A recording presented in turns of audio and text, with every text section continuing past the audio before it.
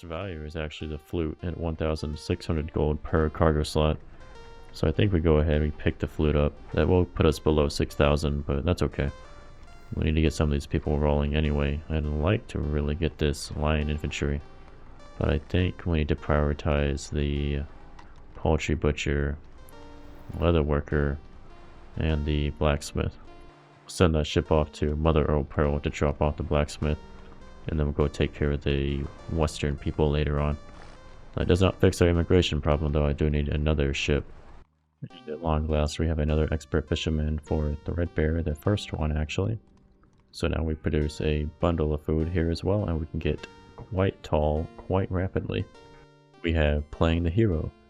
What is there honorable about it? The young soldier murmurs disgustedly to the veteran at his side. To ambush the enemy's wagons and slaughter the defenseless escort? I never dreamed of such heroic deeds when I volunteered to take up arms. Grimly, the greybeard glares back at him. If the enemy runs out of provisions and ammunition, it will save the lives of many a man in our ranks. Perhaps you too, laddie. If you need to be a hero, go home and play with your tin soldiers. I wonder what this has to do with having a lion infantry. So now, instead of 7% taxes, we're going up to 10%. Wonderful! And we have a boatload of money to make, primarily in the form of pearls/gems. And everybody gets on the boat.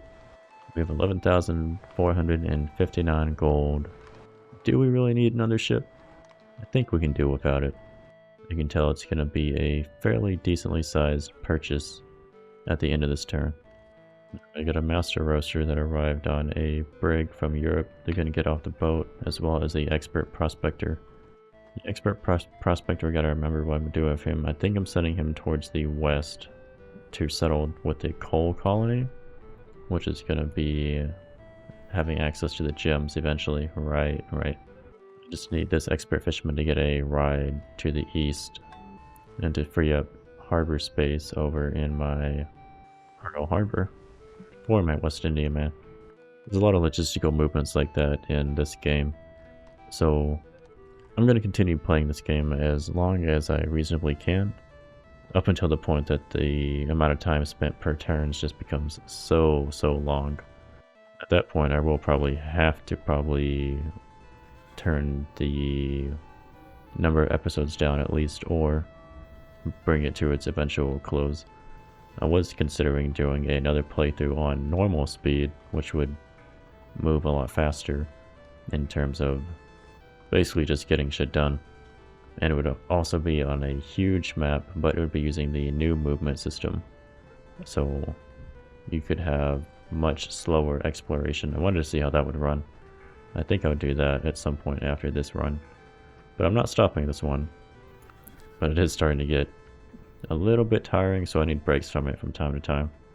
And the army is finally in position to begin the siege of Tau Pero. We will, of course, bombard the defenses, and then we shall utterly obliterate them. There we go. In less than one turn, we've actually destroyed that colony entirely. There's also some very nice silver baby right there. We got a native slave and only 673 gold out of that. Sad. But we are at the end of the turn now. We have 11,000 gold, so I want to spend about 5,000 of that gold. I think that's going to be spent on a hardy pioneer, so let's grab him immediately and we'll send them on their way over to Fort Cod, where the pioneers will meet them after finishing the road.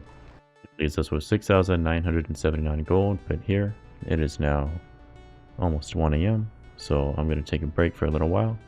Hopefully I have enough for an episode, but we'll see. Otherwise, well, anyway, I'll see you later. Alright, I think I have a little bit more time by myself in the apartment to record, so I'm going to get done what I can possibly get done until my wife and probably her friend get home. I think they're out and about somewhere. But man, that bug I thought I had with the elder statesman and the coal miner, that was just a silly little mistake. I should have paid a little bit more attention there. Kind of wondering now that I saw myself playing earlier if I should switch Town Hall and Blacksmith House.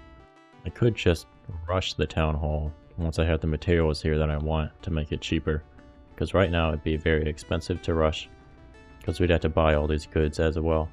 I think we'll probably end up rushing this eventually. We have elite troops in the New World.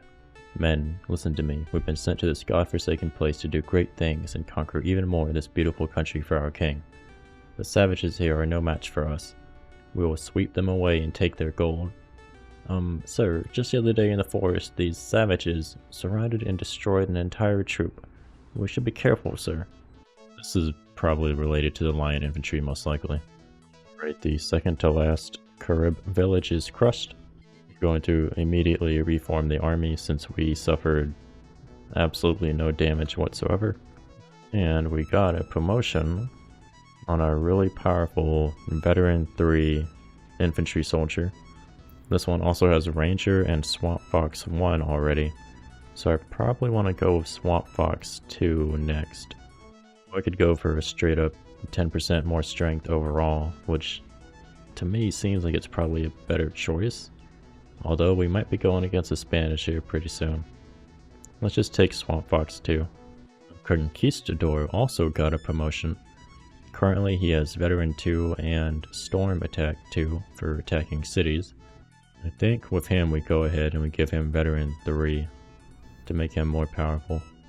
My goodness, I almost missed this French brig hiding here in the fog as I was looking with my privateers and my fleet for anybody in my territory, because I knew somebody was around here, but he kind of blended in pretty well. We should have no trouble whatsoever taking him down, or at minimum forcing him to run. 2.5% chance of defeat. Hopefully we do not get XCOM'd. It looks like we absolutely destroyed this guy. The brig managed to escape. That's too bad. I got 7,500 gold, which means I can spend some of it on something. So I think I'd actually like to rush this town hall here in the pearly gates. It'll only cost us 336 gold since we have enough goods, including the 84 lumber that we would need to finish the building. I think it takes about 84 lumber according to this, so we'll go ahead and we'll rush that. And then after that we'll probably start working immediately on a lumber mill. I'd like to possibly get a shipyard or a dry dock built here, something that I can start building some actual ships, specifically the whaling ship, so that we can get train ore running, since we have the 2 train ore cookers who've been around.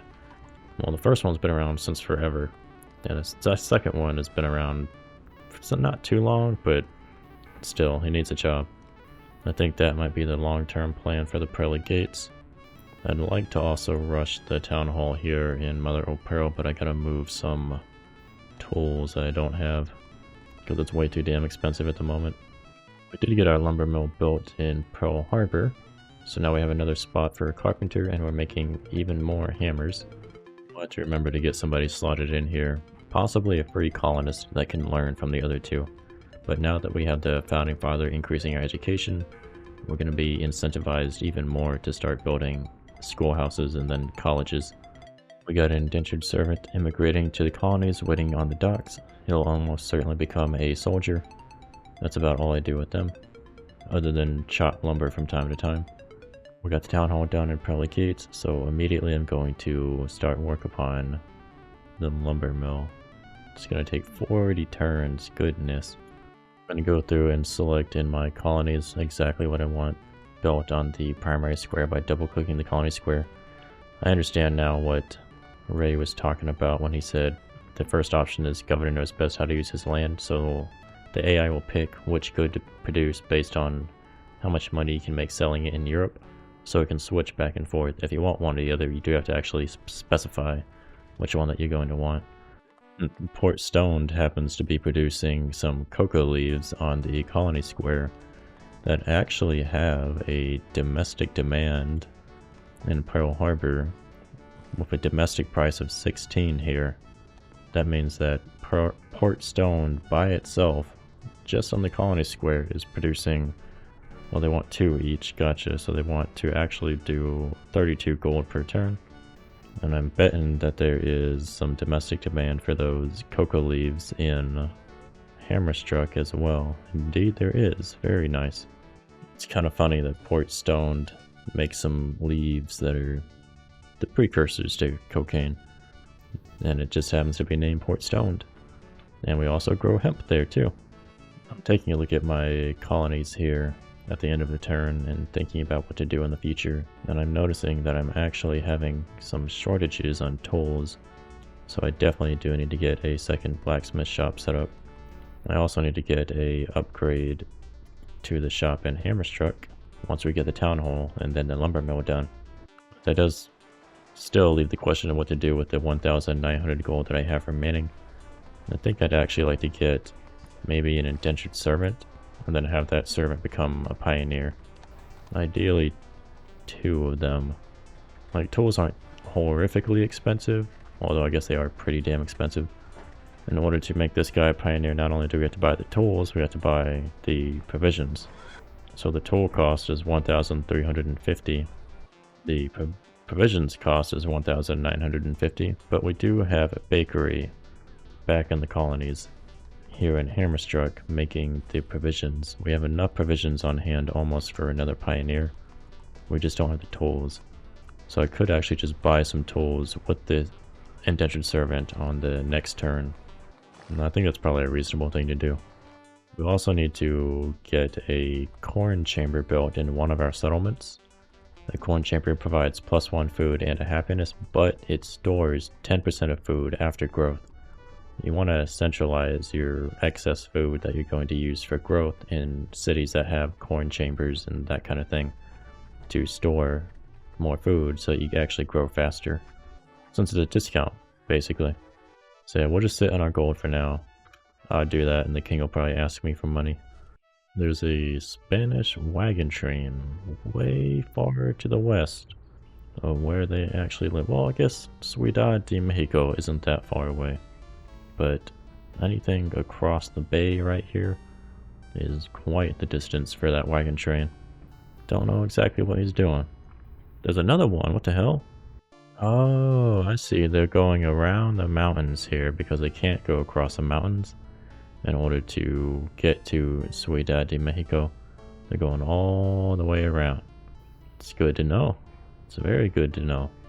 You know, just in case we should appropriate those wagon trains. The scouts have actually been really useful for getting visibility to identify where the enemy's at. So I may actually end up keeping them just as scouts. At least 2 of them. The other 2 would indeed make some damn good dragoons. Although I think they get access to the same promotions. So there's no real reason not. Well, they get less movement, right? I had the founding father that gives seasoned scouts more movement. So I have my scouts moving at 4 movement points per turn instead of 3 that I would get with a certain selection of promotions. Yeah, Explorer 1 is available to all mounted units, and then Forced March is available to pretty much everybody. So yeah, I could just upgrade them into dragoons, but it would make them a little bit slower. But it makes them like mega powerful though, so I should do it, and then I could just harass the crap out of my enemies. The Spanish would never be able to properly react to it. We do have 2,700 gold on hand. Do we want to spend that, or do we want to keep it to buy some tools? I kind of think that we keep it on hand to buy some tools. It's always a risk when you have this much money. The king is going to come along and ask for it, and I think it's better overall to give him what he wants until he starts to get really pissed off. We got the pier done in Port Stoned. After this, we're going to go for the village hall next to start getting some actual buildings built here. I don't want to push the culture too rapidly in Port Stoned because I don't want to get rid of the mixed tech village. You do also have the option to actually refuse to accept the settlement when they offer it to you. I've done that. It just stays there lingering. It's basically like a native reserve. So these dudes are pissed off that we have our borders open to the Portuguese. I don't really care. That's too bad. I don't even know who you are. I mean, I know who you are. I just don't really know who you are. And then we have a bunch of silver to sell and some fruit. The fruit I decided to sell since we don't have that many colonial distillers and we make way more fruit than we use at the moment. It's not much, but 778 gold is not nothing. So let's pick up the indentured servant and let's try to pick up a full load of tools here. We got it we'll send them on their way, probably straight over to Hammerstruck. That does leave me with 12,478 gold, but I don't want to spend that quite yet. Alright, end of the turn. Let's consider getting some things done. We also need to increase our provision supply in order to equip those pioneers with the tools that we just bought. So I'd really like to get another baker, assuming that Hammerstruck can actually sustain it, and they can sustain it. And any provisions that we don't use, we can of course just sell. 3,360 gold, I'll take that. That leaves us with 3,000 gold left to spend. What the hell is Yerpe Mate Trader? Right, gotcha. It's a weird looking one. Do have a Master Butcher available for 1,550 gold that we could pick. I don't really want to do that yet. I'd actually prefer to get a milkmaid here next. That will actually increase the population growth of the cows. Actually, I could do... we'll have the tavern done soon. We need to do something about the law and order in Brown Cow eventually. I think what we could maybe use next would be the Master Poultry Butcher. Unless we already bought one. We did buy one. Gotcha, gotcha. And we got the leather worker. Alright then. Alright then. So Brown Cow is gonna be fairly well set up. Still need to get that friggin' fur trading business going now that I have some hunters doing their thing. I need to set up a fur establishment. I was gonna set that up in Pearl Harbor, right? They got the furrier here. The fur trader. Yeah, it's gotta be Pearl Harbor. We'll actually set that probably as the next thing that we do. Yeah, I see no reason not to do that. And with that, we might want to get another fur trader, because I noticed that that was less than 3,000 gold. There we go, got that set. So I'll actually go ahead and buy a master fur trader for 2,880 gold. And we shall call that good for this turn. You know, I just realized something that I keep forgetting from time to time, is that Pearly Gates is stuck inside this damn shallow coast. So building a shipyard here would be stupid. That'd be a dumb idea. So I'm not gonna do that. I'm not gonna do that. That makes me question whether or not I even want to build a lumber mill here. Pearly Gates was our first settlement, but the only thing that we do here is furniture production, and we can't do very much of it because there's such a limited supply of exotic wood. We do gunpowder production here, that is true. And we only have one master carpenter here, not two. So we could definitely keep him here. If we had two master carpenters, I'd think about switching them out somewhere. Also produced quite a few crosses, that is true. I guess we keep building up. We'll probably have the train oil manufactory be located here.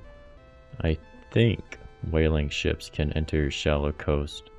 Yeah, they cannot enter large river, lake, rock reef, or pearl reef. They can enter shallow coast. We've got the materials that we need for the town hall in Mother of Pearl, so I'm going to go ahead and... ooh, 1,021 gold is a little bit excessive. We do actually need some wood there too. Never mind, I'll hold off on rushing that then. Yeah, I think somebody learned how to be an expert farmer here in Brown Cow. We have been thoroughly unlucky in getting land-based food sources other than hunting and fruit. So I'm actually not entirely certain where to place this guy at for the future. There is some actual wheat right here that can be accessed by a colony located here eventually. Building that up will take some time. And we're actually at the point of getting more immigrants into our central cities. So we may want to slow down on the expansion of the land. We also need to think about how many immigrants we need to push into the military in order to deal with this problem down here. So I think it doesn't really matter where this farmer goes at the moment. I just want him to make as much food as he possibly can. And ideally it would be somewhere that has access to a hill that we can build a windmill on. But man, our food supply from the land it's pretty trash really. I think we'll just have him continue to work in Brown Cow on that space that he was working on. He'll make 6 food, which is a pretty good number. Almost got the road finished between Hammerstruck and Fort Cod. I accidentally upgraded one of the sections to a country road, which is faster than a regular road. Country roads cost 1/3 movement, roads cost 1/2, and then there's plastered country road, which cost 1/4 movement. I think what we're going to do here is we're going to start chopping down these jungles and growing some coffee, as well as some sugar here pretty soon. I don't think we actually have... No, we did get an expert sugar planter, but there's one way up here, super far in the north. We could send a fast caravel to try to go pick her up, because I'd like to start producing rum as well, in order to get more happiness, because we're not selling that in Europe. We have way too much domestic demand for drinks. My coffee planter is right here, going north, so I don't have to worry about her. The crib have been killed and wiped out in this area, but I'm not sure that we have another expert sugar planter. I need to look into getting one of those, or fetching the one up north at some point. Wife's home, so this is going to be in for me. Alright, we're back for a little while. I got about an hour and a half to record, maybe. Perhaps 2.5 hours if I really push it. To be honest, I have been kind of worn out from playing so much Colonization. To put this into perspective, the previous Colonization playthrough I did in the base game took 279 turns, and right now I'm on turn 258 during this We the People playthrough. The difference, of course, is that I played through on normal speed in that playthrough, so everything advanced a lot more rapidly. And I recently learned that apparently We the People is balanced around having gigantic maps and normal speed. That is where the ideal balance is to be found, according to the developers. So I'm a little interested in maybe trying that out. Gigantic map, normal speed, and there's also a different movement system that they're working on for a future release that's not done yet that I want to try out. That makes exploration a lot slower. But I think I'm going to try and push through as long as I can on this playthrough. But the truth is that I played for like 2 hours not that long ago, and I got like 30 minutes of cut down footage out of it. There's a lot of very micromanagey decisions that I make about like movement and where to pick stuff up and all that jazz. Whereas I played Victoria 3 for 2 hours and I got an hour and a half of footage. So it's a lot more efficient for being able to make videos that more people can enjoy. Like, I enjoy this game, I do. But my time is limited, and I do have to also, you know, take care of my wife, take care of my house, all that jazz. Go to work. I do kind of wonder if y'all are interested in seeing long plays where I don't edit it, I just play the game. You would be a lot more familiar with the map, like I am. You'd see everything that I see. Kind of how Col Mod does it, but Col Mod is already so damn big that he can do... Well, he can't do whatever he wants. Obviously, he's got a lot of subscribers, but not a ton of views. On some videos, at least. But, hey, it's hard to be entertaining or interesting, man. Anyway, I dropped that blacksmith off there. I'm going to take the poultry breeder, I think, over to the west with the leather worker, right? To Brown Cow, was it? Or was it Fort Cod? Yeah, it was Brown Cow. Just as an example of stuff I sometimes don't explain, like since I'm going to Brown Cow, I'm also checking with that ship that I have an extra cargo slot. Is there anything that I want to take to Brown Cow? And it does not look like it. I don't really want to get off course going to the other settlements, so I'm just going to go straight there. Like, I kind of run through like a whole bunch of logic every single time I do everything in this game. I think about like, is there anything I can do along the way? What else can I do as an alternative move? What happens as a result of that? Like, I cannot play RTSs, I cannot play real-time strategy games because it's so damn hard for me to just accept, ooh, Caravel, accept that I'm not doing what I think is like the perfect play, which is limited by my ability to click. It's like CPM, right? Like clicks per minute. I don't think the mixed tech are very long for this world. There's 2 settlements here, and this one is protected except from the ocean, so it'll probably live. And this one is on a hill, so it should be okay. And there's 3-4 settlements in the west. Yeah, it looks like there's 4 settlements in the west. No, there's a 5th one. I guess they have a little bit more time. The Spanish they're not doing as well as they should. They never really do that well. They're almost always at the bottom, although Russia's really doing poorly. We can finally install our medic in Pearl Harbor. So now we have a ton of health a decent amount of happiness and a reasonable amount of law. Fur Trader's house is done in 4 turns. Could rush it for 1,357 gold, but I don't think I'm going to do that. I'm considering whether or not to buy food from the natives, so I'm going to check my total production of food, and I'm actually producing plus 71 food per turn. I think you need something like 600 food for a colonist, so that's a colonist like almost every 6 turns, probably about 7, maybe 8 turns. We actually have a few colonists worth of food, potentially, if I move things around, but I like to have buffer, and you need a certain amount of food stored in order to add people to a colony that has a negative growth. I guess I'll start fur trading with the natives again, why not? And our first line infantry has arrived from Europe. They have combat 1, not combat 1, but veteran 1, veteran 2. Yeah, they do have, I think it's close combat 1. Or is that city assault? That's settlement attack, yeah. No, it's close combat. It's weird because they use the city raider icon for close combat in the mod. We also have leadership, and it looks like we have bayonet by default on the line infantry, so we have a bunch of promotions and we have increased strength in comparison to like regular militia and even rangers. So these guys are really naturally powerful from the beginning, and their power scales up quite rapidly if you make good use of them. I'm actually going to march that line infantry down. I don't need him immediately, so I'm going to let him walk down to Pearl Harbor. That's closer to the Spanish. The time of thinking about what to do about the Spanish might be approaching. Although there is a lot of land left to settle, the longer we wait, the stronger the Spanish will get. Yeah, this tobacconist is going to get his specialty cleared. We need hemp in order to make rope and sailcloth, and I don't think we have access to a whole lot of grassland. Maybe over here we could do some tobacco. But again, we need hemp. So I'm gonna go with a big ol' nope. It'd be a very long time before we reach any kind of area that we need him. So you, sir, need to learn how to do something else. And that something else is to be a soldier, I think, in this case. Because we need one here. I can finally free up this ranger. He's been waiting here forever for somebody to come set up. And this ranger can head on down to Pearl Harbor as well. Alright, we got some money to make. Not a whole lot of money, except the gems. Hopefully we'll sell for quite a bit here. Oh yeah, that's a lot of money, alright. Now we got the baker, fur trader, master yerba mate trader. Baker's gonna go to Hammerstruck. Fur trader's gonna go to Pearl Harbor. Master yerba mate trader is gonna lose his specialty. We don't do yerba mate. I can't remember where you even make yerba mate at.